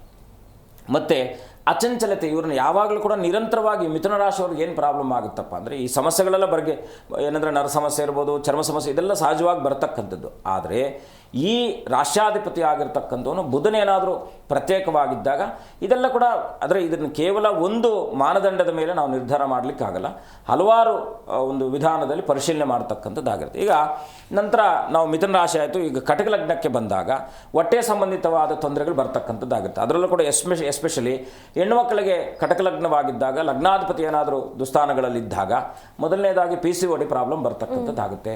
ಸುದೀರ್ಘವಾಗಿ ಇರ್ತಕ್ಕಂಥದ್ದು ಇದು ಒಂದ್ಸಲ ಬಂದರೆ, ಯಾಕಂದರೆ ಹೆಣ್ಮಕ್ಳಿಗೆ ಒಂದ್ಸಲ ಬಂದುಬಿಟ್ರೆ ಪ್ರತಿ ಮಾಸವೂ ನರಕ ಅನುಭವಿಸ್ತಕ್ಕಂಥವ್ರು ಆಗ್ತಾರೆ. ಹಾಗೆ PCOD ಪ್ರಾಬ್ಲಮ್, ಜಠರ ಸಮಸ್ಯೆ ಬರ್ತಕ್ಕಂಥದ್ದು, ಮತ್ತು ಹೃದಯ ಸಂಬಂಧಿತವಾದ ಸ್ತನ ಸಮಸ್ಯೆ ಬರ್ತಕ್ಕಂಥದ್ದು. ಕಟಕ ರಾಶಿಯವರು ಬೇಗ ಖಿನ್ನತೆಗೊಳಗಾಗ್ಬಿಡ್ತಾರೆ. ಅದೆಷ್ಟು ಬೇಗ ಅಂದರೆ ಖಿನ್ನತೆ ಅಂದರೆ ಅವ್ರನ್ನ ಅಲ್ಲಿಂದ ಹೊರಗೆ ಕರ್ಕೊಂಬರೋದೇ ಕಷ್ಟ. ಇವಾಗೆಲ್ಲ ಮನೋತಜ್ಞರೆಲ್ಲ ಇದ್ದಾರೆ, ಅದು ನಾವು ಕೌನ್ಸಿಲಿಂಗ್ ಮಾಡ್ತಕ್ಕಂಥದ್ದೆಲ್ಲ ಇದೆ. ಆದರೂ ಕೂಡ ವಿಧಾನದಲ್ಲಿ ಬದಲಾವಣೆ ಮಾಡ್ಕೊಳ್ಬೇಕಾಗಿರ್ತಕ್ಕಂಥ ಸಿಂಹಲಗ್ನ ಬಂತು ಅಂತ ಇಟ್ಕೊಳ್ಳೋಣ. ಸಿಂಹಲಗ್ನಕ್ಕೆ ಸಂಬಂಧಪಟ್ಟಿರ್ತಕ್ಕಂಥದ್ದು ಏನು, ಹೃದಯ ಸಂಬಂಧಿತವಾದ ಕಾಯಿಲೆ, ಮೂಳೆ, ಬೆನ್ನು ನೋವು, ಮತ್ತು ಏನಂದರೆ ಅಪಸ್ಮಾರ ರೋಗ ಅಂತ ಸಕ್ಕರೆಗೆ ಸಂಬಂಧಪಟ್ಟಿರ್ತಕ್ಕಂಥದ್ದು ರೋಗಾದಿಗಳು ಕೂಡ ಬರ್ತಕ್ಕಂಥದ್ದಾಗುತ್ತೆ. ಇಲ್ಲಿ ಅಪಸ್ಮಾರ ಅಂದರೆ ನಮಗೆ ಬಹಳ ಮುಖ್ಯವಾಗಿ 2 ರೋಗಗಳು ಇವತ್ತಿನ ದಿವಸ ಇರತಕ್ಕಂಥದ್ದು. ಯಾವುದೊಂದು BP, ಒಂದು ಶುಗರ್. BPಗೆ ಬೇರೆ ಕಾರಕರ್ತನಾಗ್ತಾನೆ, ಶುಗರ್ಗೆ ಬೇರೆ ಕಾರಕರ್ತವಾಗ. ಈಗ ಈ ಸಿಂಹರಾಶಿಯವರು ಸ್ವಲ್ಪ ಇನ್ನೊಂದೇನಪ್ಪ ಅಂದರೆ ಅಹಂಕಾರ ಇರ್ತಕ್ಕಂಥದ್ದು, ತನಗೆ ತಾನೇ ಅವಕಾಶ ವಂಚಿತರಾಗ್ತಕ್ಕಂಥವ್ರು ಆಗ್ತಾರೆ. ಅವಕಾಶಗಳಿದ್ದರೂ ಕೂಡ ಕಣ್ಣು ಮುಂದೆ ಇದ್ದರೂ ಕೂಡ ಫಾರ್ ಎಕ್ಸಾಂಪಲ್ ಏನಂದ್ರೆ ಗಾಂಭೀರ್ಯತೆ ಇರ್ತಕ್ಕಂಥದ್ದಾಗಿರುತ್ತೆ, ಎಲ್ಲವನ್ನು ಪಡ್ಕೊಳ್ತಕ್ಕಂಥ ಶಕ್ತಿ ಇರ್ತಕ್ಕಂಥದ್ದಾಗಿರುತ್ತೆ. ಆದರೆ ಈ ರೋಗಗಳು ಇವರನ್ನು ಬಾಧಿಸ್ಬೋದಾಗಿರ್ತಕ್ಕಂಥದ್ದು. ಇನ್ನು ಎರಡನೇದಾಗಿ ಏನಪ್ಪ ಅಂದರೆ ಕನ್ಯಾ ರಾಶಿಗೆ ನಾವು ಕನ್ಯಾ ಲಗ್ನಕ್ಕೆ ತಗೊಂಡಾಗ ಸ್ವಲ್ಪ ವಿಪರೀತವಾದಂಥ ಆಲೋಚನಾ ವಿಧಾನ, ಚಿಂತೆ ಜಾಸ್ತಿ ಮಾಡ್ತಕ್ಕಂಥವ್ರು ಆಗ್ತಾರೆ. ಹೊಟ್ಟೆ ಸಂಬಂಧಿತವಾದ ತೊಂದರೆ ಬರ್ತಕ್ಕಂಥದ್ದು, ಕರುಳು, ಮತ್ತು ಈ ರಕ್ತಹೀನತೆ, ನಾವು ಇವತ್ತೇನು ಪ್ರಾಬ್ಲಮ್ ಬರ್ತಾ ಇದೆಯೋ ಮಕ್ಕಳಲ್ಲೆಲ್ಲ ಕೂಡ ಇದು ಸಮಸ್ಯೆ ಬರ್ತಾ ಇರ್ತಕ್ಕಂಥದ್ದು. ಬಹಳ ಮುಖ್ಯವಾಗಿ ಇದಕ್ಕೆ ಬುಧನ ಕಾರಕನಾಗ್ತಕ್ಕಂಥವನು ಅಲ್ಲಿಂದ 6, 8, 12ನೇ ಮನೆಗಳಲ್ಲಿ ಸಮಸ್ಯೆಗಳು ಬಂದಾಗ ಇದು ಬರ್ತಕ್ಕಂಥದ್ದಾಗುತ್ತೆ. ಇನ್ನು ತುಲಾರಾಶಿಗೆ ತಗೊಂಡಾಗ ಕಿಬ್ಬೊಟ್ಟೆಗೆ ಸಂಬಂಧಪಟ್ಟ ಸಮಸ್ಯೆ, ಹೊಟ್ಟೆ ನೋವು ಸಮಸ್ಯೆ, ಮತ್ತು ಸಕ್ಕರೆ ಕಾಯಿಲೆ, ಇದೆಲ್ಲ ಕೂಡ ಒಂದು ತುಲಾರಾಶಿಯವರಿಗೆ ಶೀಘ್ರವಾಗಿ ಬರ್ತಕ್ಕಂಥದ್ದು.